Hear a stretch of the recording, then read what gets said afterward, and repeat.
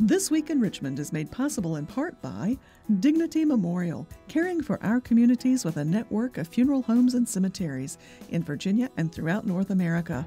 More information about Dignity Memorial's providers is online at dignitymemorial.com. The Virginia Chamber of Commerce, the voice of the Virginia business community, working in legislative, regulatory, and political arenas to promote the free enterprise system. Information at vachamber.com. Virginia hospitals and health systems provide jobs.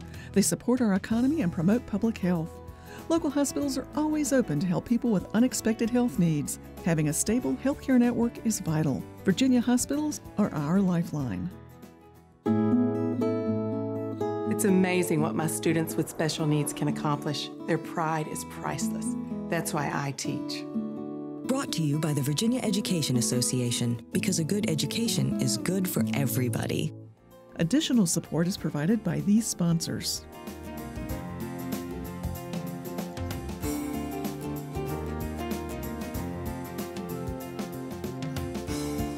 And by the members of Virginia's public television stations. Thank you.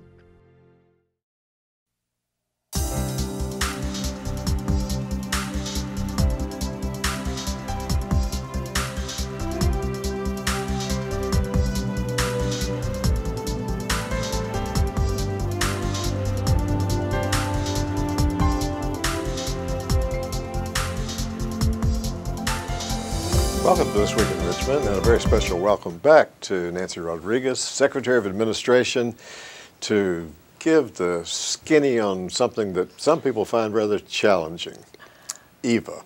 So tell us about it.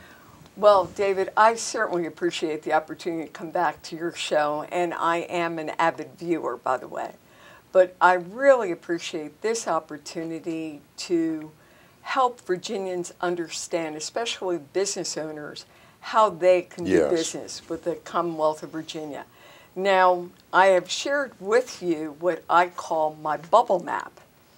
And I think by just simply looking at this, you can understand why businesses have a problem with understanding where or how to do business with Virginia. We'll get that up on the screen, but I'll tell you, it'll take a big screen to be able to decide that. So while they're looking at it on the big screen, what are we seeing there? Well, that's exactly what I want to explain. Most Virginians believe that everything falls under the Public Procurement Act. But as you will see, we have lots of exemptions to that Public Procurement Act. Everything from the Department of ABC to higher education.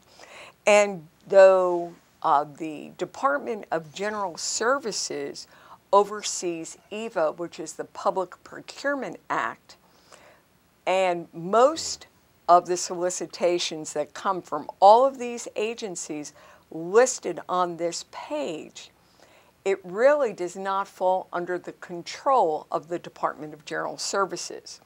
As a matter of fact, your viewers, if you take a look at the green bubble and also the bubble called Buildings Administration, those are really the bubbles that I take care of. VITA handles all of the technology, and we handle at DGS all of the vertical construction, while VDOT handles all of the roads. So if you're doing business with the Commonwealth of Virginia, the first thing you have to do is realize what bubble, where are you working with on this map. Once you do that, you can then go back to EVA, which you will see on the next slide, and use EVA as your marketing manager. You can sign up in EVA and find out the solicitations from all the different bubbles, if you will, all the different agencies. Everyone, for the most part, 95% of everything that the Commonwealth buys or procures is going to run through EVA. EVA will keep track for you anytime someone is looking to purchase something in your area. And they do this by something called a commodity code. And what's very frustrating to me is that we have a lot of businesses that simply don't know how to sign up so they're getting the correct solicitation by signing up for the correct commodity code. It takes a little time to really do it, but once it's done, EVA works 24/7. Even like today, which is a snow day for most of Virginia, because it was actually up to 12 inches in the Hampton Roads area this morning, you will find that EVA always comes to work. And even emergency procurements are done through this. But sadly, David, when I went back and checked all the commodity codes that we have, and there are over 1,000. Oh, wow. Most of them do not have small businesses registered in those commodity codes. So you can see how frustrating it is. As a result, I want to take you to our third and final slide. We understand the world of procurement can be pretty mesmerizing, and even in a 12-minute segment that you've been kind enough to give me, but we have tried to make it as easy as we can for businesses to discover whether there's even a possibility of a profitable service or business offer in EVA. The example that I just want to give you is if you are a small business and you may see something advertised and you know that you can do a component of it but not necessarily handle the whole job, we have now introduced B2B as part of our EVA website. And you can just go to B2B and click on and say, hey, I am interested in doing this element of the job. You can actually say it? Yes. Okay. Yes, you can. It's like if you will, it's like a blog. Mm-hmm. It's like and you do not have to be registered in EVA to dabble in it. You can just go there and start to get your toes wet in procurement and see if there's something there that might be useful.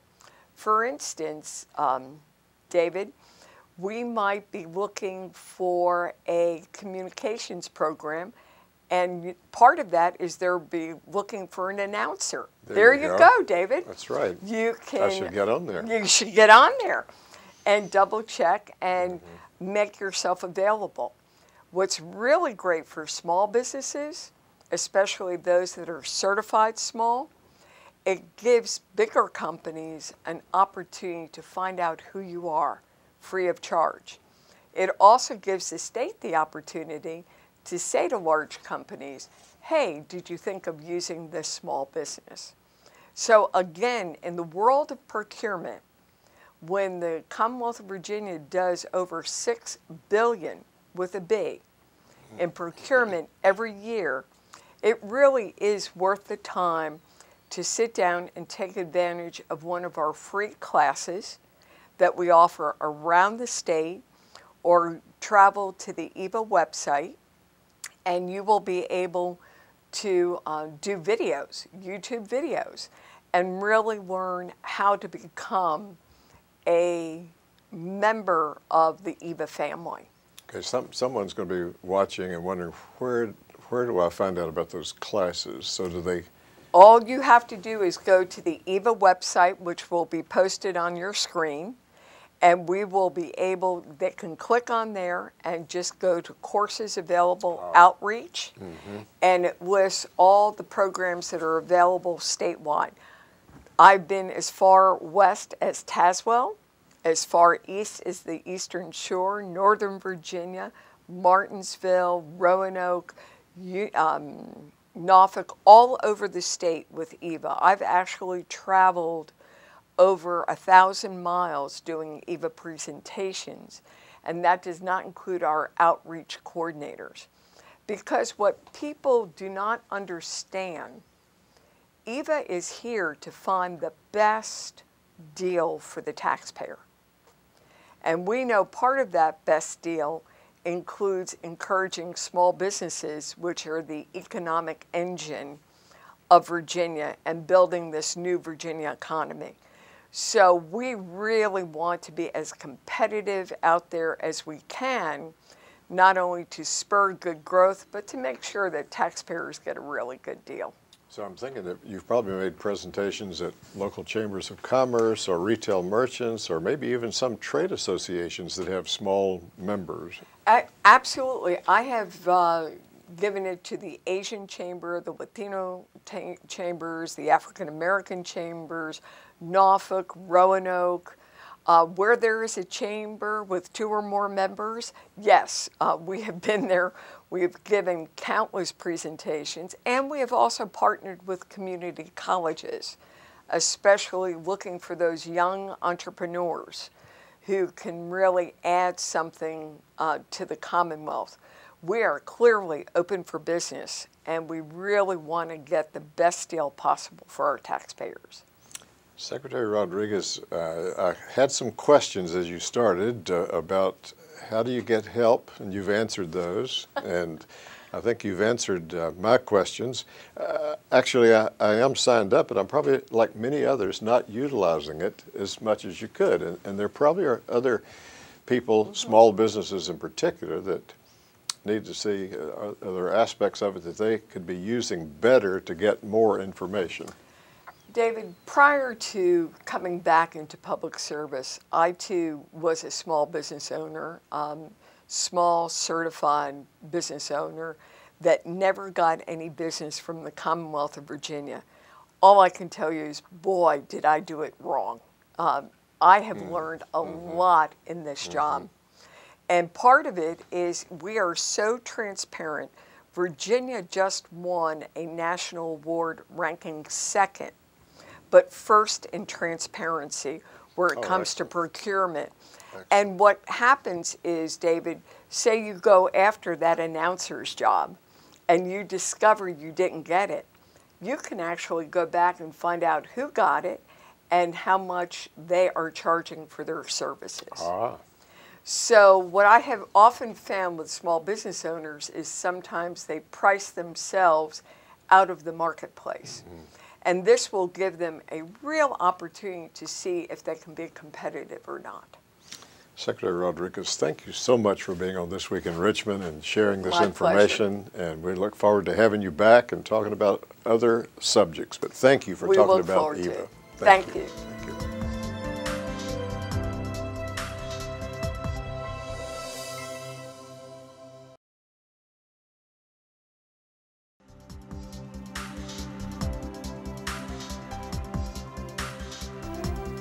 We're having this conversation on January 9th. It is a snow day, but even more than that, it's a day when people are gathering in Manassas, paying tribute to Senator Chuck Colgan. Tomorrow, Tuesday, will be the day of the funeral service. And I'm glad to have Bernie Henderson here with me to reminisce and tell some stories. Chuck, if I gave you all of Bernie's credits and background, we wouldn't have time to left for Chuck, but just say a longtime friend of mine and a longtime friend of Senator Chuck Colgan. So, Bernie, start with how you first met him and how that worked out. First met him when he was preparing to become a senator.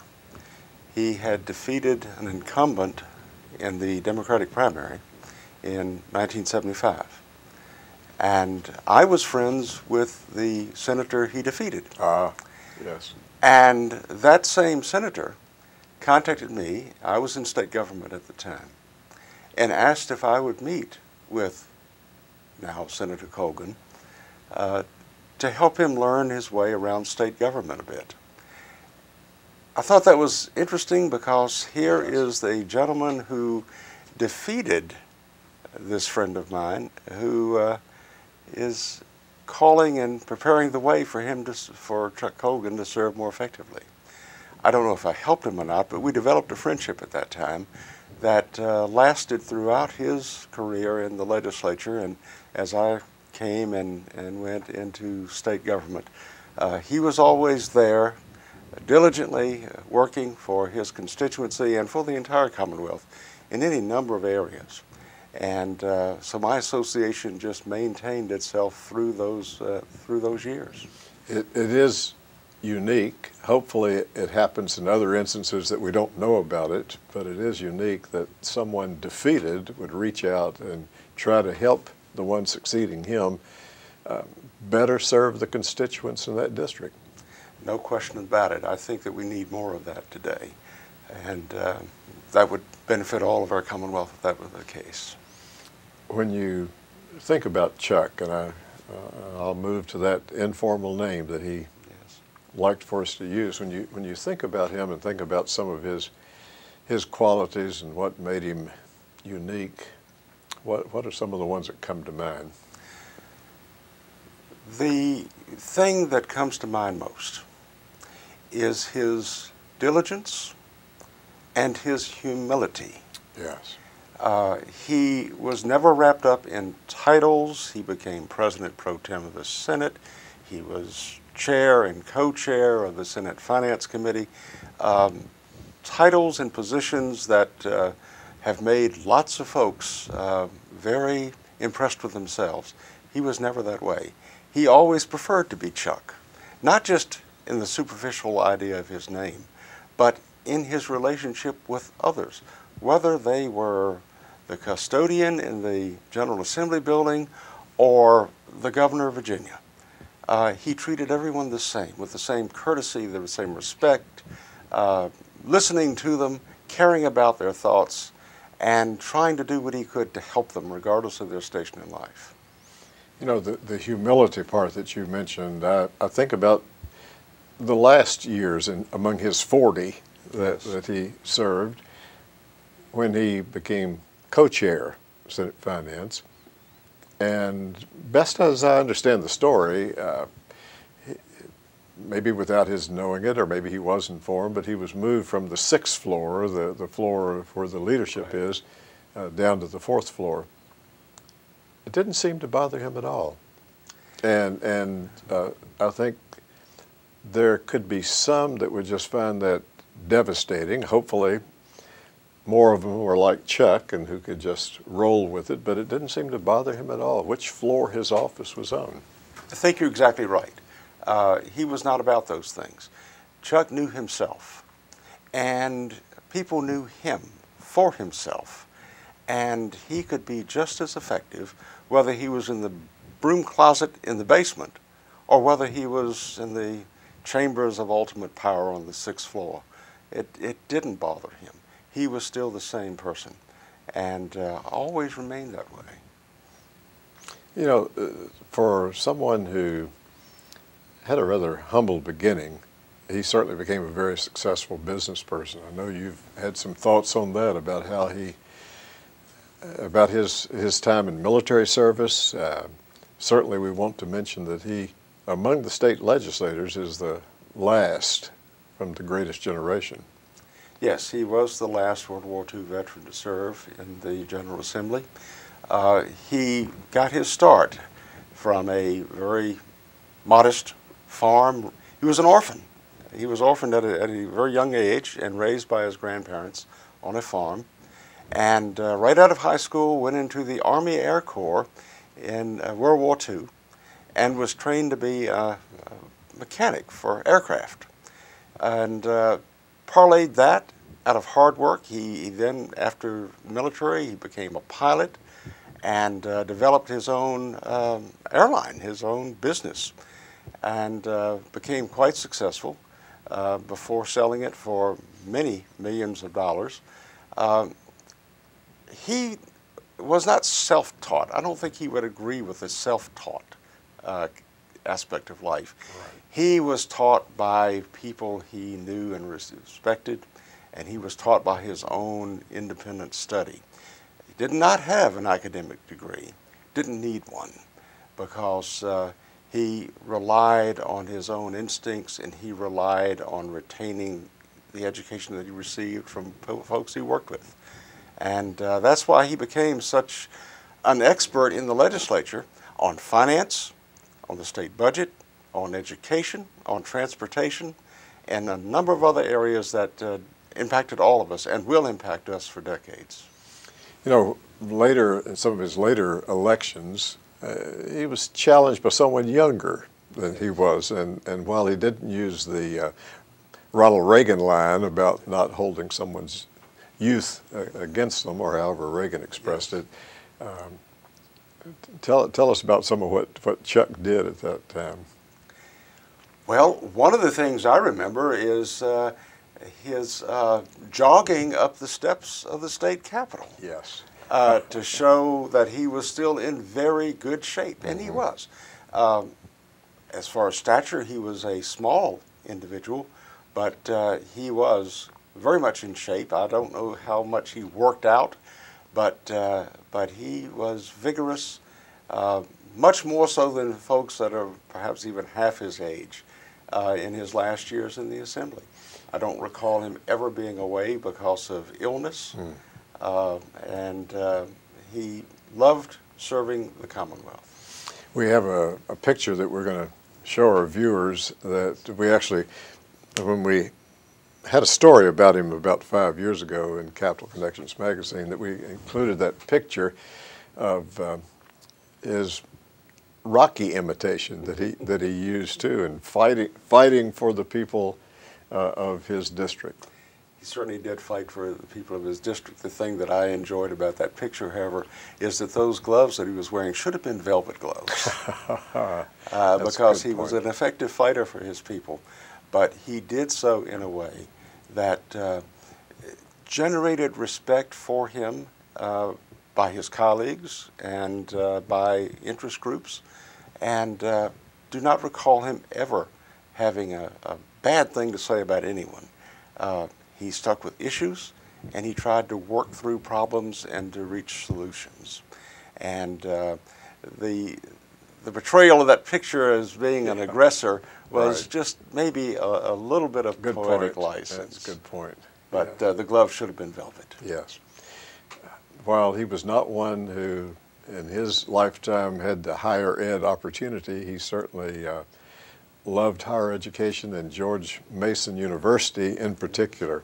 And just in the latter part of 2016, a statue unveiled for him. I mean, he was certainly highly acclaimed in his lifetime, that people didn't wait until to say nice things about him after he died. How unique that happens to be. Yeah. That while a gentleman is still alive and still functioning, that his legacy had been such that they saw the rightness of that statue, and it deserves to be there. And it deserves to be there as an inspiration for others for many years to come.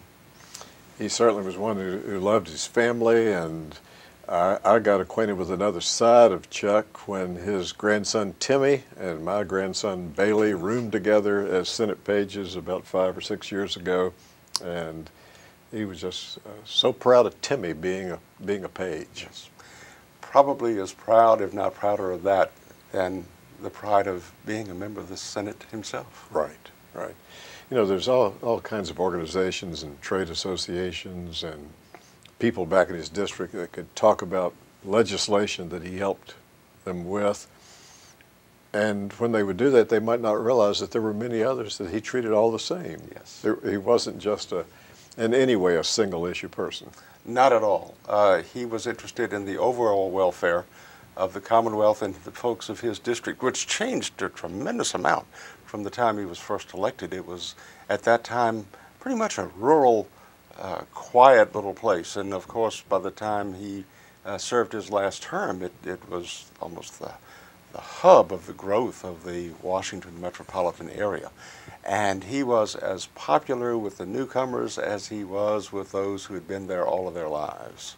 And that's because he knew his people, and he respected his constituents as much, if not more, than they respected him. He would certainly want us to say that he had good friends in the legislature regardless of their political affiliation. That's for sure. And that he was served as one among 40 in the Senate, and that he treated everyone the same. And Bernie Henderson, really appreciate your coming on and sharing these memories about Senator Chuck Colgan on this kind of special day when many others are saying goodbye to him in Manassas. Thank you. I appreciate the opportunity to be here.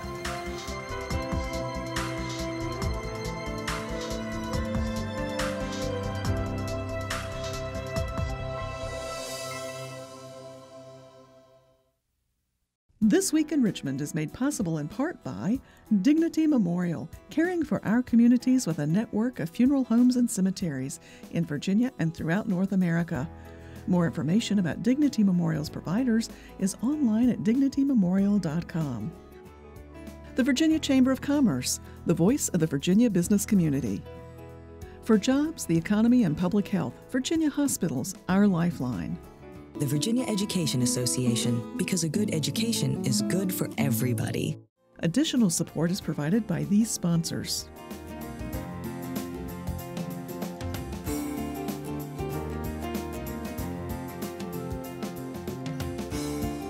And by the members of Virginia's public television stations. Thank you.